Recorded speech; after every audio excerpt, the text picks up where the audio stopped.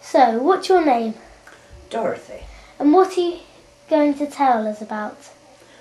Well, I thought I'd tell you about when Fleetwood was flooded. And whereabouts is Fleetwood on the map?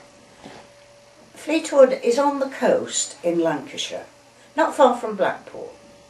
Yes, Blackpool's a big... Well, everybody knows Blackpool. Yes. And so, where did you live? We lived on what was called Broadway, which was one of the main roads into Fleetwood, which is about a quarter of a mile from the sea. So, when did it happen? It happened on November the 11th, 1977. Had anything like it happened before? Yes, it had. Before my time, it was about the same day in 1927, which was 50 years. So, how did it happen? Run us through the events. Well, it was a very, very bad day. The wind was blowing very much, and the tide it was a very high tide. Tides vary, in heights. And it was a very high tide, and the wind was blowing so much that when the tide goes out, it couldn't go out properly. So when it turned and came in, it came in so full that it broke the wall down, because we have a sea wall at Fleetwood trying to keep the tide out. So, what did you do? I imagine you gathered your belongings, possibly. Well, we weren't aware of it at first. The police were out, and I went out onto the road and asked the police what they were doing. And they said, the tide is coming over. And when I looked down the road, I could see it coming up the road. And he said, you want to lift things off the ground because the tide is coming over. Yes, so what did you do afterwards? Because I presume your house was flooded and your neighbours as well. It was. The house was... the water came up through the floorboards. We thought maybe it wouldn't come in, but it did. It came higher and higher. It came through the floorboards, through the carpets, and it was about 10 inches all over the ground floor of the house. So in the morning after the flood, what happened? Well, because it was a tidal flood, the tide took a lot of it back. But of course it left everything else. It left all the water that was in the house, and everything was completely saturated.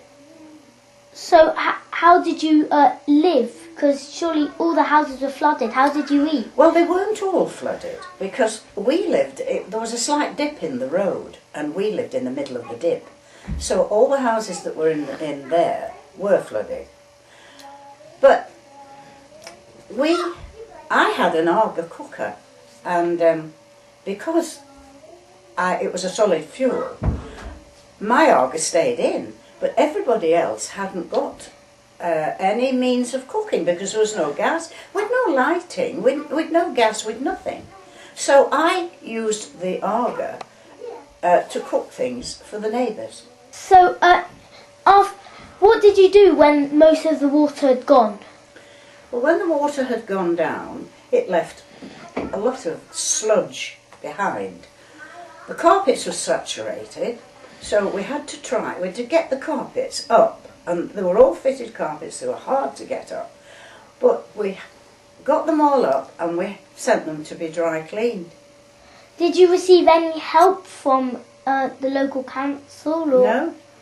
No. So you had to do it all by yourself? Yes. How long did that take before your houses were properly back to normal? Oh, it took months. It took months because you could get the carpets dry, but the walls were still wet. And so has anything like that ever happened since? Have they built higher walls? Yes. After that, they rebuilt the walls and they made them higher. And it's not supposed to happen ever again. So how many houses would you say were really affected by that? Oh, I would say 2/3 or 1/3 of the whole town. Now, the earlier flood, the whole town was flooded. And so how was life affected in Fleetwood for those few months? Because it just carried on as normal, really, because so did the tide goes out, you see, and it's not when a river floods, it takes a lot to go, but a tide it goes back. So how long did it take before people's gas and electricity started working? Oh, I should think about a month. So for a month, what did they have to live off cold? Well, yes, yeah, no lighting either. So how did you feel after that night and in the night? How did you feel? We were very upset. We were very upset because it wasn't just clean water that came in the house. It was all sludgy and smelly, and it was very salty. And once salt gets into brickwork, you can't get rid of it.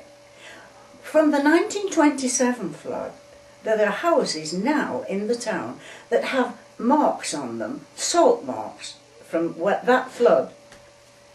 So are there still... Were you angry with the council for not offering help? Or did you get help from other people whose houses weren't flooded? Well, yes, people did offer to help. Yes, they did offer to help, but there was nothing much anyone could do, really.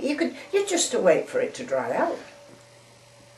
Did you have family or pets that were affected? I didn't have any dogs or cats, but I did have tortoise. With it being November, they were hibernating, and I had them in the garden shed in boxes in straw. And what happened was, I suddenly thought, what's happened to my tortoise? When I went to look for them, they weren't there.